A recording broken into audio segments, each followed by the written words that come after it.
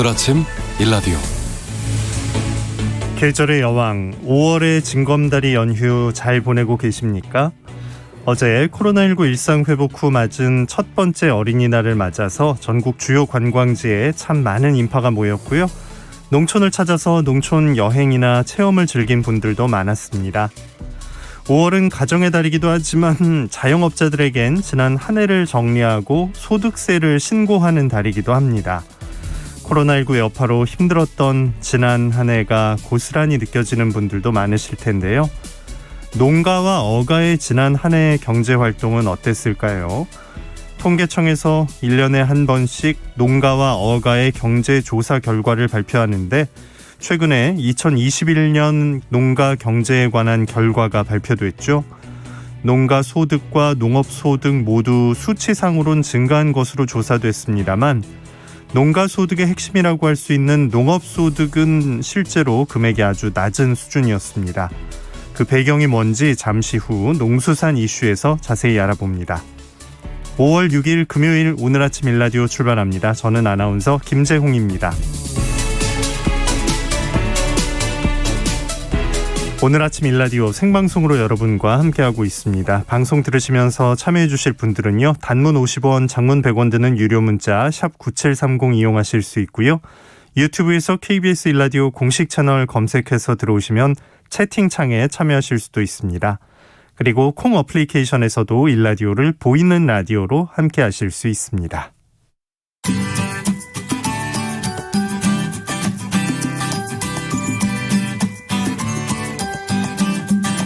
우리 땅, 우리 바다에서 자란 맛있고 건강한 우리 농수산물을 살펴보는 오늘 아침 세상의 모든 농수산물 오세농. 안녕하세요. 성우 한희정입니다.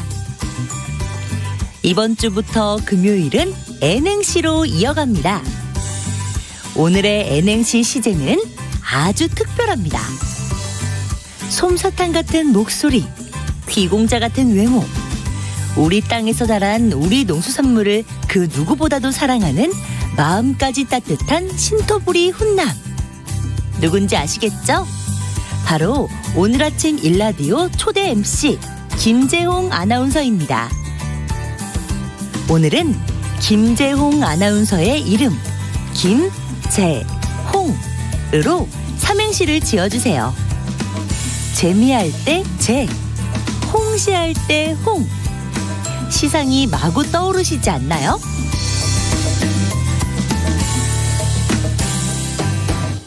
그리고 아쉬운 소식도 하나 전해드립니다.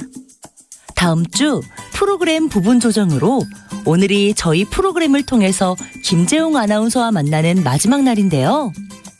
삼행시와 더불어서 평소 하고 싶었던 말, 응원의 메시지, 궁금했던 이야기, 김재홍 아나운서에게 전하고 싶었던 세상의 모든 메시지도 함께 보내주세요.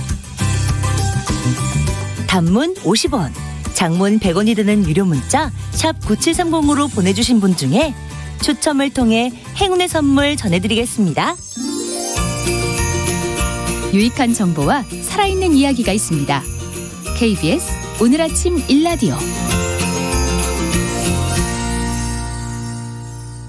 지난달 28일 2021년 농가 경제 조사 결과가 발표됐습니다.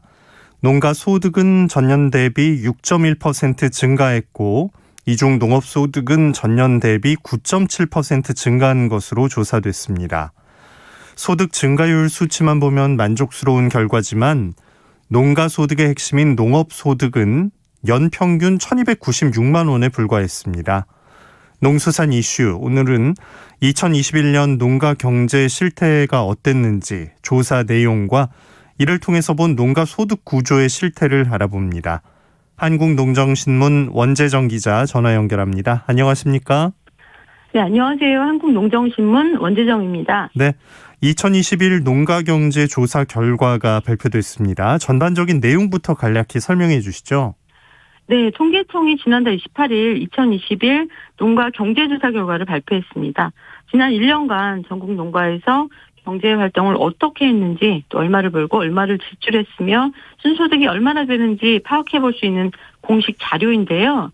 지난해에는 농가소득이 평균 4,776만 원으로 전년 대비 273만 원 늘었습니다.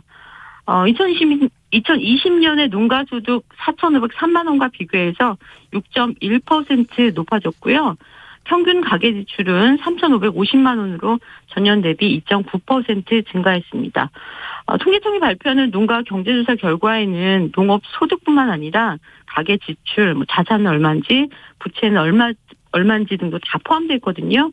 이 통계청 홈페이지에 전체 45쪽 분량으로 보도자료가 공개되어 있기 때문에 더 자세한 내용이 궁금하신 분들은 보도자료를 참고하셔도 좋을 것 같습니다. 네. 농가 소득이 전년보다 늘었다는 건 반가운데 그 소득을 이루는 요소들이 다양하니까 구체적으로 좀 살펴봐야겠어요.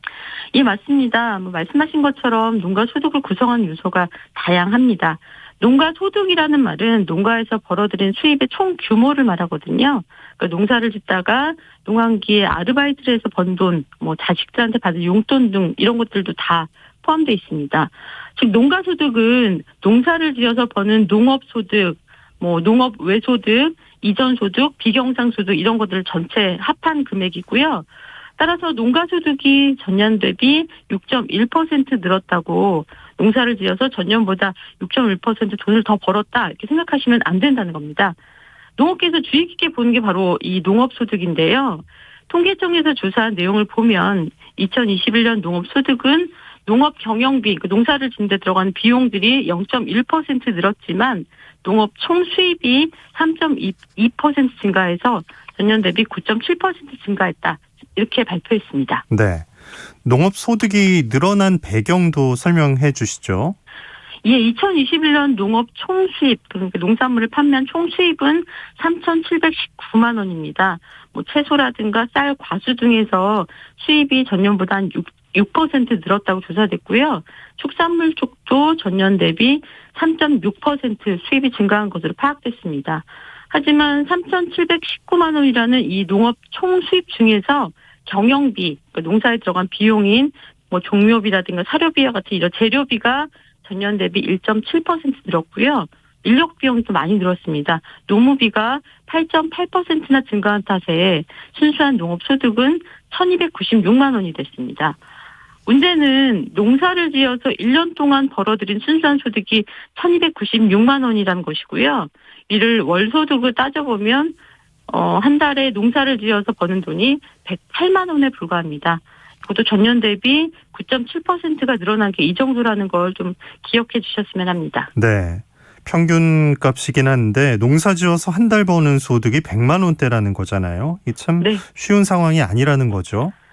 네, 맞습니다. 수입 농산물도 시장에 넘치고 또 물가 억제책 대상 1순위가 농산물이다 보니까 이 농산물을 팔아서 버는 농업소득이 늘어날 것이라는 기대를 하기는 점점 어렵고 사실상 불가능한 상황이 되고 있습니다. 그래서 농가소득 중에서 농업 외소득 비중이 점점 확대되는 경향을 확인하게 되는 건데요. 네.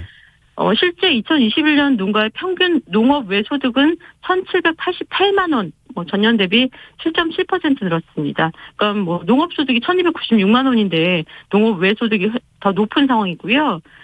농업 외소득 중에서도 겸업소득이 551만 원으로 전년 대비 11.7% 증가했고 사업 외소득, 일용직을 나간다던가 가서 농사일을 돕는다든가 해서 버는 이게 1,238만 원으로 전년 대비 6% 증가한 것으로 조사했습니다. 이전 소득도 농가소득 증가에 영향을 줬는데요. 이전 소득은 1,481만 원으로 코로나19 재난지원금과 같은 공적 보조금 그리고 그 외에 사적 보조금들을 종합해서 전년 대비 3.8% 증가했습니다. 경조사 비용 같은 비경상 소득도 211만 원으로 전년 대비 9.9% 감소한 것으로 조사됐습니다. 네. 영농 형태에 따라서 소득의 차이가 있을 것 같은데 그 부분은 어떻습니까? 네, 영농 형태별 농가를 구분해 보면 논벼농가, 과수농가, 채소농가, 축산농가 이렇게 네 가지로 나눌 수 있습니다. 누구나 예상하듯이 이제 축산농가 소득이 평균에 비해서 월등히 높은데요. 2021년 영농 형태별 농가 소득이 높은 순서를 설명드리면 축산농가가 가장 많습니다. 연평균 농가 소득이 9,184만 원, 전년 대비 13.2% 증가했고요. 그다음 과수농가로 연평균 농가 소득이 4,395만 원, 전년 대비 8.4% 늘었습니다. 채소농가는 연평균 농가소득이 3,693만 원으로 전년 대비 9% 늘어났고 가장 낮은 게 논벼 농가인데요. 연평균 이 농가소득이 3,653만 원으로 전년 대비 3.6% 증가했습니다. 하지만 축산농가 같은 경우는 농가소득이 가장 높기도 하지만 부채 또한 농가 평균 대비 2.5배 높은 상황입니다. 네. 이 농가소득 조사 결과로 알아볼 수 있는 다른 부분들 또 뭐가 있을까요? 네, 이 통계청 농가경제조사 결과를 보면 경영주의 연령별 조사 결과도 확인할 수 있는데요.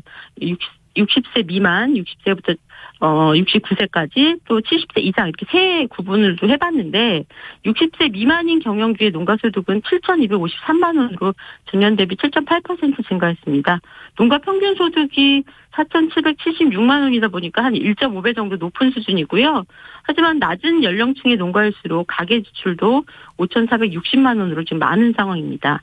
반면 60세부터 69세 연령층의 농가소득은 5,584만 원, 전년 대비 9.1% 증가했습니다.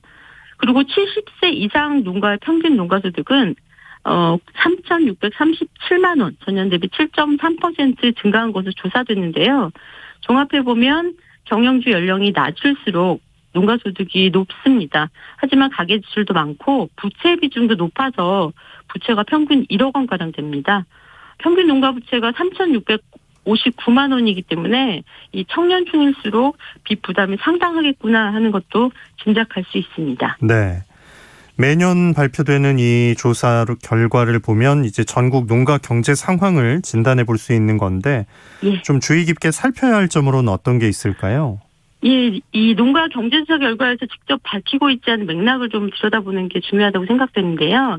예를 들어서 2010년 농가 경제조사 결과가 지난해 발표됐을 때 이때 이제 농가 소득이 4,503만 원으로 농림축산식품부는 역대 최대의 농가소득이다 이러면서 보도자료를 통해서 대대적인 자화자찬을 했습니다.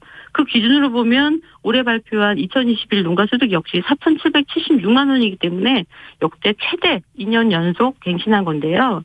전국 평균 농가소득이라는 점을 감안해서 부자 농가, 가난한 농가의 차이가 벌어지지 않는지, 벌어지면 얼마나 벌어지는지 등을 살펴봐야 됩니다.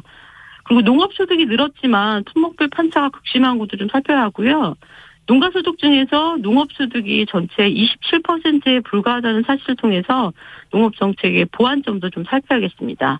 특히 농업소득이 월평균 108만 원이라는 건 농사만 지어서는 생계를 유지하기가 어렵다는 말이고 또 대부분의 농가에서 주업인 농업 외에 또 다른 일을 병행하고 있다는 점도 농정 당국이 좀 반성해야 될 대목이 아닌가 생각합니다. 네.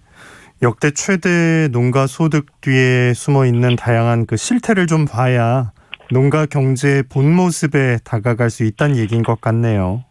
맞습니다. 그리고 지난해부터 이제 본격적으로 문제시된 사항이 하나 있는데요. 농가소득 통계에 1인 농가소득이 빠져 있습니다. 한국농촌경제연구원 유찬희 박사가 소셜 네트워크를 통해서 지난해 공개적으로 문제 제기를 한 바 있습니다. 유찬희 박사의 말을 좀 설명드리면 2018년부터 표본 농가를 3,000호씩 조사를 하는데 이 3,000농가의 농가 소득을 가중평균에서 계산하면 통계청의 공표 결과와 다른 값이 나온다 이렇게 지난 지적을 했고요. 그 이유는 통계청이 1인 농가 100호를 제외한 2,900농가의 소득만 가중치를 더해서 계산한 탓이라고 했습니다. 전체 농가 중에서 1인 농가가 차지하는 게 한 20% 정도거든요. 네. 적지 않은 숫자고 또 소득이 낮은 고령농이 대부분이기 때문에 역대 최대치를 기록하는 농가소득에 1인 농가소득을 실제 포함한다면 농가소득 수치는 현재보다 더 낮아질 수밖에 없습니다. 일반적으로 통계라는 게 의도자에 맞게 결과를 도출할 수 있기 때문에 정부 입장에서는 소득이 높아졌다는 결과를 바랄 것이고 만약에 소득이 줄었다 하더라도 적게 줄었다는 결과를 원할 것 같은데요. 역대 최대 농가소득이 마치 농정이 잘 되고 있다는 이 잘못된 판단을 주는 건 아닌지 이른바 평균의 함정에 빠질 수도 있다 이런 지적을 좀 하고 싶고 1인 농가의 농가소득을 뺀 농가경제조사 결과가 부풀려진 수치는 아닌 건지 농업정책을 담당하는 주무부처에서 면밀히 분석했으면 좋겠습니다. 네. 농수산 이슈 한국농정신문 원재정 기자였습니다. 고맙습니다. 네, 고맙습니다.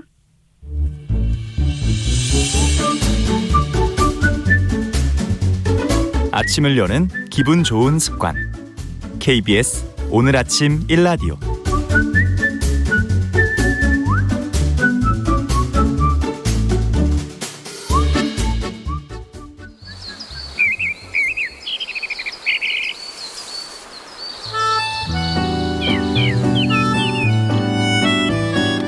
숲으로 가는 길. 숲해설가 김서정 작가와 함께합니다. 안녕하세요. 네, 안녕하세요. 네, 오늘 휴가 내고 연휴로 이제 즐기는 분들도 많으실 것 같은데 오늘은 어느 숲으로 가볼까요? 네, 서울 동작구 국립서울현충원입니다. 이곳에 간 목적은 수양 벚나무를 보기 위해서였는데요. 여기저기에서 화려하게 만개한 꽃 소식이 들려와 머리에 담아두었다가 며칠 뒤 갔습니다. 그런데 잠깐 사이에 꽃들이 많이 져서 아쉬웠는데요. 그래도 남은 꽃들이 유료를 주어 경건하면서도 즐거운 마음으로 답사를 했습니다. 네, 맞아요. 꽃필 때 이곳을 찾는 분들이 많다는 얘기는 들었거든요. 좀 경건한 마음으로 가야 하는 네. 현충원. 꽃 구경을 한다는 게 참 좀 낯설기도 한데 요즘은 또 많은 사람들이 가는 거네요. 예, 맞습니다. 그래서 국립서울현충원은 나라를 지키다 돌아가신 분들이 계신 곳이라 고마운 마음으로 엄숙하게 다녀가는 곳인데요. 제가 갔을 때 보니 그 묘역 주변에서 벗어난 녹지대에 돗자리를 깔고 담소를 나누는 분들도 계셨고요. 모임을 갖는 듯한 젊은 분들도 눈에 띄었고요. 유모차를 끌고 아이들과 산책하는 엄마들도 상당했습니다. 이 현충원 역사를 잠깐 보면요. 광복이 되면서 분단이 되고 그러면서 북한과 대치 과정에서 전사자가 생기면서 그 서울 장충단 공원 장충사에 전사자를 모셨다가 6.25 전쟁이 발발하면서 전사자 급속히 늘어났고요. 그래서 지금의 자리에 국립묘지를 마련했고요. 네. 1996년 국립현충원 그리고 2006년 국립서울현충원이 되었다가 애국지사 국가유공자와 더불어 이제는 소방공무원과 의사상자도 안장이 되고 있습니다. 의사상자는 급박한 상황에서 다른 사람들을 돕다 사망하신 경우인데요. 그 세월호 사고 당시 승객 구조를 돕다 숨진 승무원 박지영, 김기용, 정현선 씨는 국립대전현충원 의사상자 묘역에 안장이 되어 있습니다. 네. 타인을 돕다가 숨지신 분들에게 다시 애도를 표하게 됩니다. 곧 6월도 다가오네요. 네. 네. 국립서울현충원 그 환경을 잘 꾸며놨기 때문에 많은 분들이 찾고 있는 건가요? 예, 맞습니다. 그래서 그 국립서울현충원 홈페이지에 있는 자연환경 소개를 보면은요, 여기는 북한산, 남산, 공작봉, 관악산으로 이어지는 그 서울의 푸른 동맥을 잇는 공작봉 기슭에 위치하고 있는 그 전형적인 배산 임수의 지형을 갖고 있다라고 하고요. 풍수적으로 목마른 코끼리가 물을 마시는 듯한 형상인 갈형 치상으로 산과 물이 조화를 이루는 명당 중에 명당이라고 합니다. 이곳의 주요 수종으로는 소나무, 잣나무, 은행나무, 벚나무리 등 교목 73종이 있고요. 무궁화, 철쭉류, 진달래 등 관목 43종이 있답니다. 이 밖에도 노령목 및 희귀목으로는 양버들, 오동나무, 쪽동백나무, 서나무, 섬잣나무, 산딸나무, 기룩나무, 쥐염나무 등이 있고요. 좀 더 쾌적한 성역을 위해 묘역관 도로에 벌, 개미치, 할미꽃, 작약, 비비추, 옥자마, 맹문동, 도라지꽃 등을 식재해 놓았다고 합니다. 네. 나무가 많으니 새들도 많게 되는데요. 참새, 노랑, 턱매새, 박새, 직박구리, 오색, 딱따구리 등 26종의 조류가 논일고 있다고 합니다.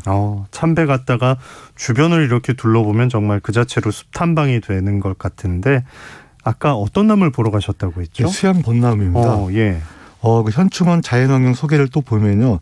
정문에서 현충탑까지 이어지는 주요 길에는 수양 벚나무가 식재되어 있어 봄철이면 현충원의 아름다운 벚꽃 경치를 이룬다라는 글도 있듯이요. 봄이 되면 그곳이 묘역이 아니란 듯이 돌아가신 분들도 함께 살아가고 있다는 듯이 그 삶과 죽음을 넘는 묘한 즐거움을 주는 수양 벚나무를 소개해드리겠습니다. 네. 함께 즐길 수 있는 수양 벚나무네요. 네. 그 한 종류인 건가요? 벚나무의 한 종류? 네, 맞습니다. 그래서 벚지 열매가 열려 벚나무로 불리는 벚나무 종류가 정말 많은데요. 2014년 국립수목원 그 소식지에 정리된 내용을 간추려 보면요.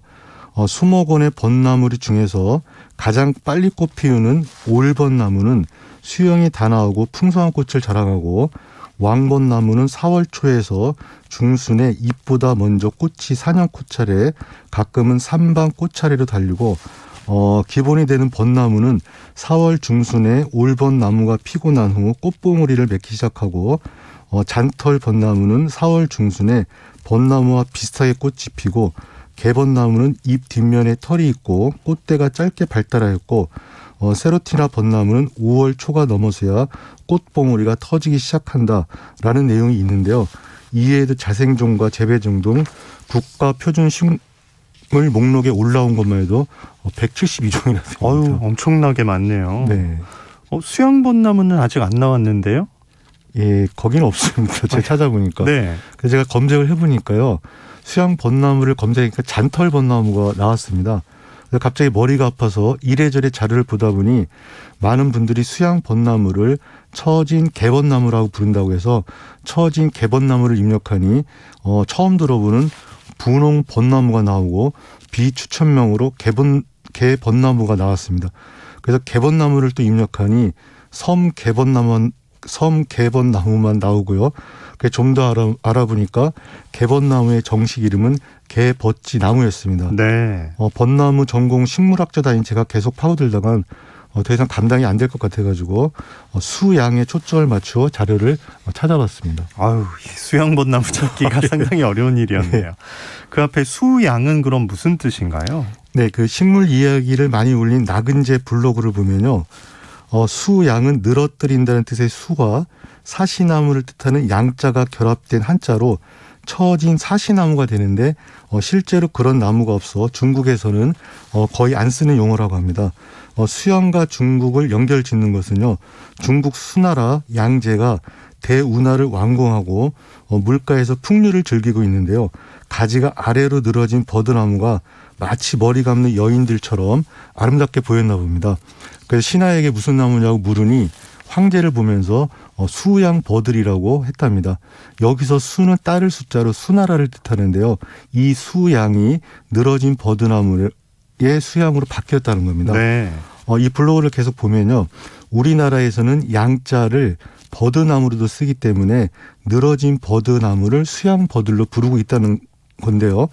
참고로 중국에서는 수양버들을 수양이라고 하지 않고 버드나무 류를 써서 수류라고 하고요. 그래서 수양버들을 풀어서 쓰면 늘어진 버드나무가 되는 셈입니다. 반복이네요. 예. 네, 그러니까 우리는 수양을 단순히 늘어지거나 처지거나 그런 의미로만 이해하고 있다는 것입니다. 네. 그러면 수양벚나무는 늘어진 벚나무 이렇게 되는 거네요. 예, 맞습니다. 그래서 숫자만 붙여가지고 수버드나무, 수벚나무, 그럼 어감이 좀 이상하게 되는 것 같은데요. 그래서 늘어진 나무에 습관적으로 수양을 붙였던 것 같고요. 네. 지금은 이를 개선하고자 수양 대신 처진이라는 접두어를 많이 붙이고 있습니다. 그럼 처진 벚나무 이렇게 부르면 오해 없이 그 제대로 의미가 들어가는 거네요. 예, 예, 맞습니다. 그렇게 되고요. 그래서 그렇다면 왜 처진 나무들이 나오게 되었을까 하는 질문이 생기게 되었는데요. 이 나무들은 많은 햇빛을 받기 위해 수직으로 쭉쭉 줄기와 가지를 뻗으며 자라다가 어느 지점에서 약간 가지를 늘어뜨리는데요. 이 처진 나무들은 줄기를 뺀 가지들이 긴 머리카락을 아래로 늘어뜨리듯이 아래로 자라고 있는 겁니다.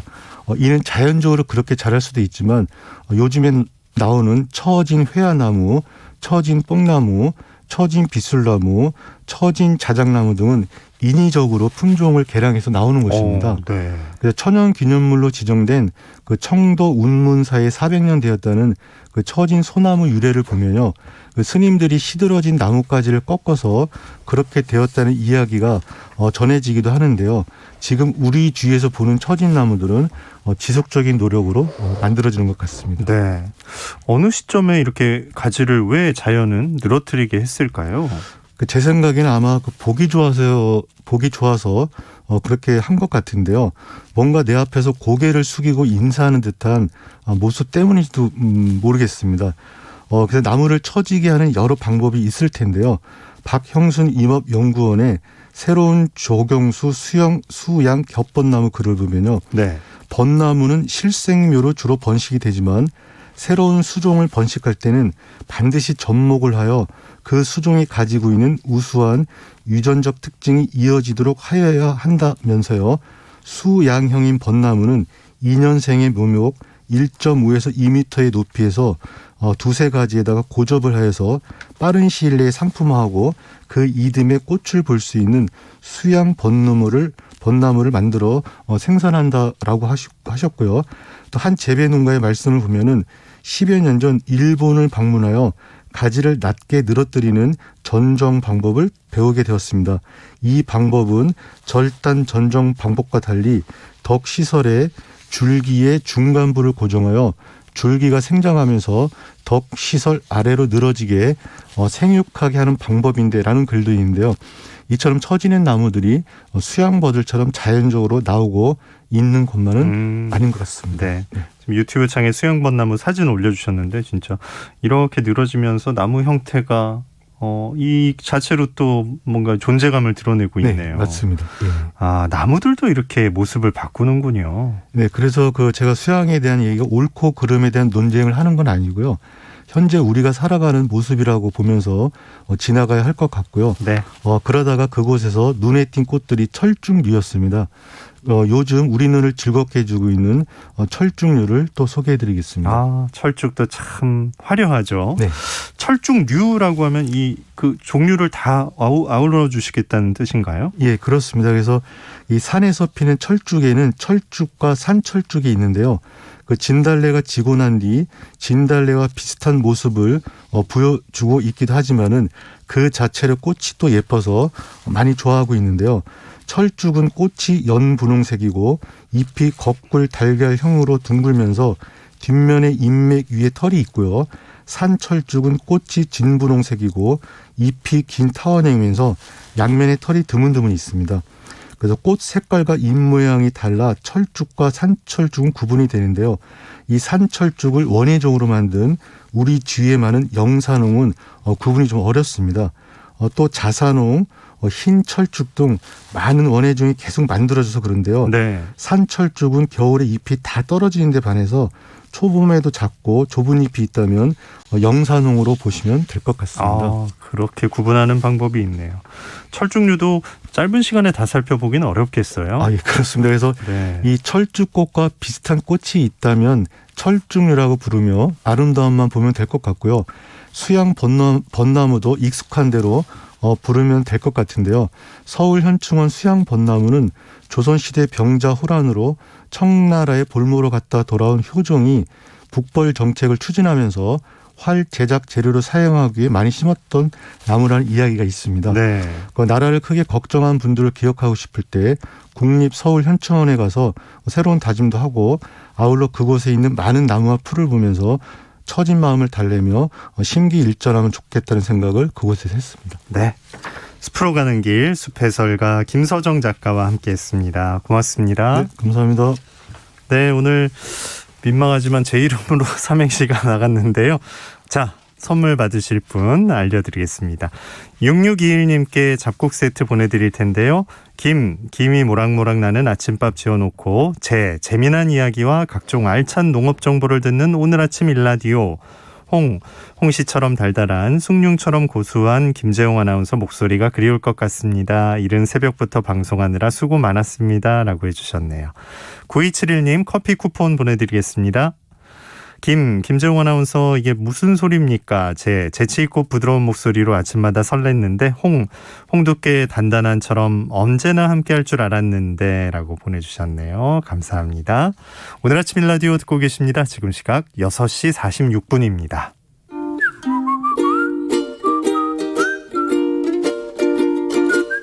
오늘 아침 일라디오 김재용 아나운서의 진행으로 듣고 계십니다.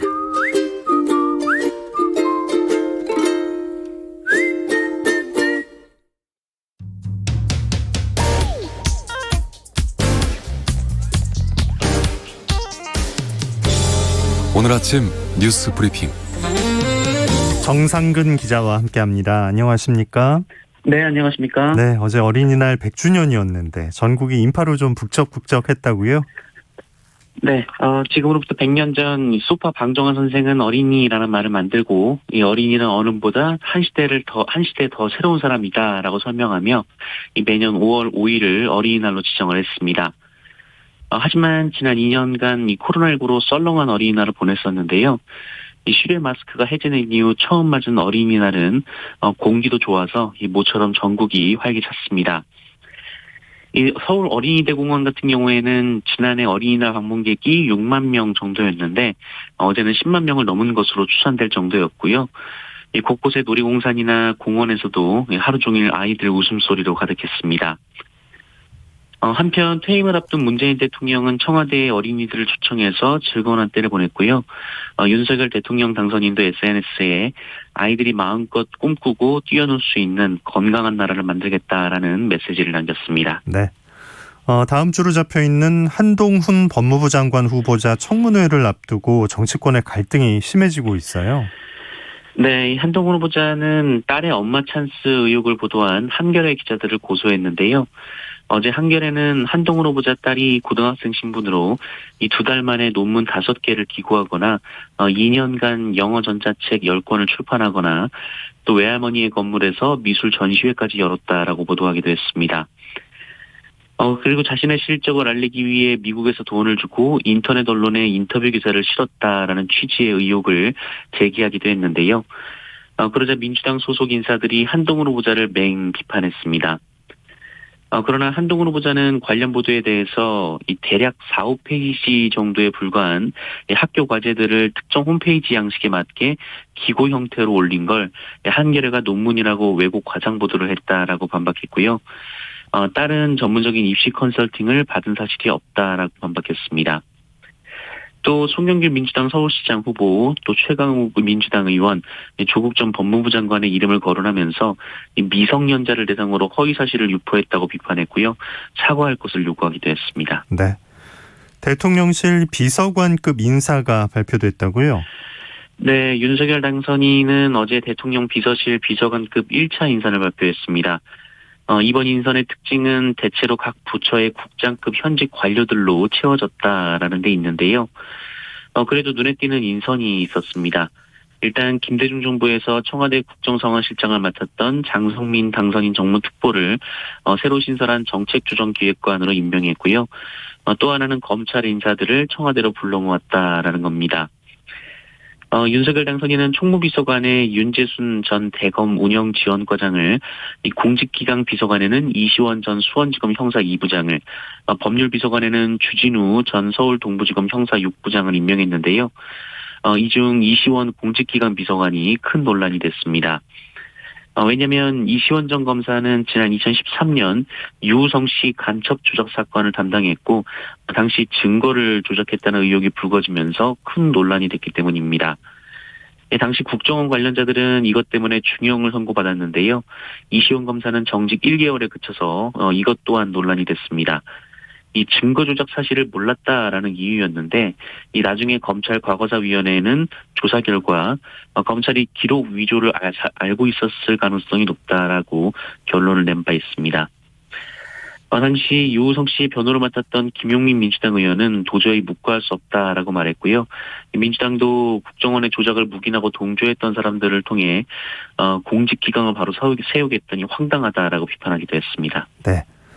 자, 이재명 민주당 상임고문 또 안철수 인수위원장이 재보궐선거 출마를 두고 고심 중이라고요? 네, 민주당 대선 후보였던 이재명 상임고문이 지방선거와 같은 날 치러지는 국회의원 보궐선거 출마 여부를 조만간 밝힐 것으로 알려졌습니다. 사실상 출마 쪽으로 마음을 굳힌 것으로 보이는데요. 당 지도부가 이르면 오늘 회의에서 이재명 고문의 출마 가능성이 거론되는 인천 계양을 및 성남 분당 갑 공천과 관련해 이 모종의 결정을 내릴 것으로 보입니다. 이재명 고문은 최근 가까운 인사들을 접촉하면서 보궐선거 출마와 관련해 의견을 두루 경청한 것으로 전해졌고요. 이 민주당 내부에서도 이재명 고문이 직접 나서야 한다는 목소리가 이어지고 있습니다. 한편 안철수 인수위원장도 오늘 이 분당갑 국회의원 보궐선거 출마를 선언할 것으로 알려졌습니다. 이 국민의힘 소속으로 나서는 첫 선거인데요.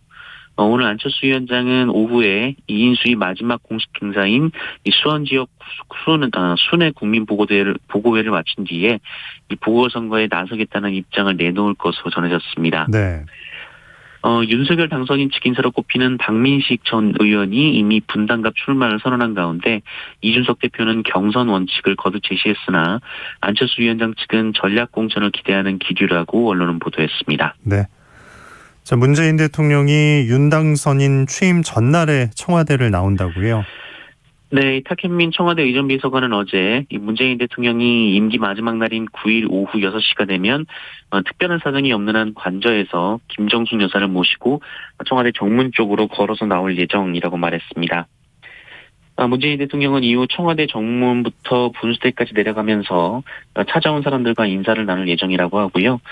짧게 소회도 밝힐 계획이라고 합니다.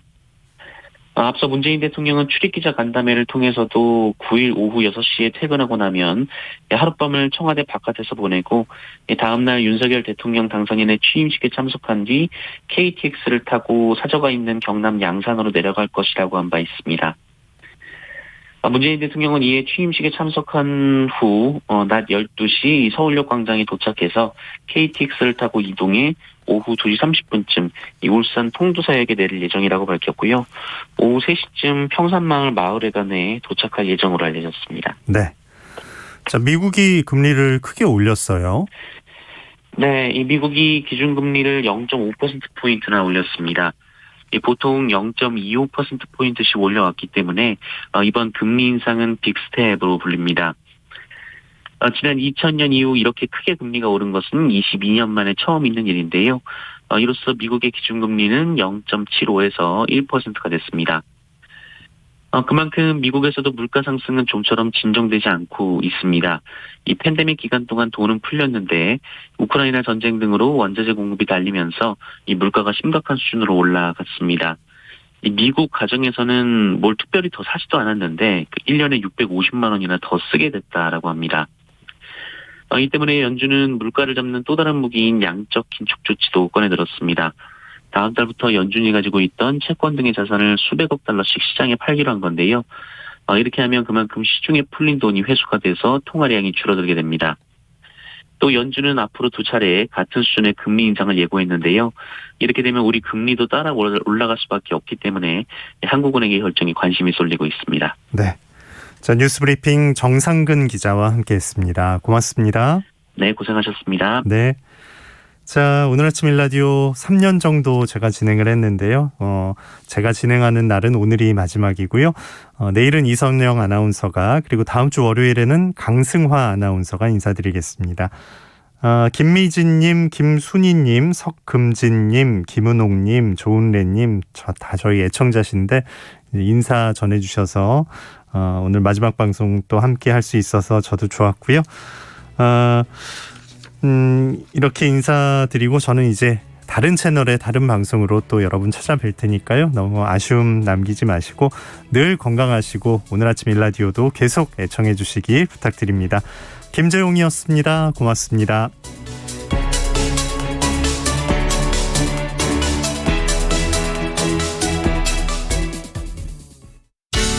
이봐, 올해 공익집불금은 3월 14일부터 5월 31일까지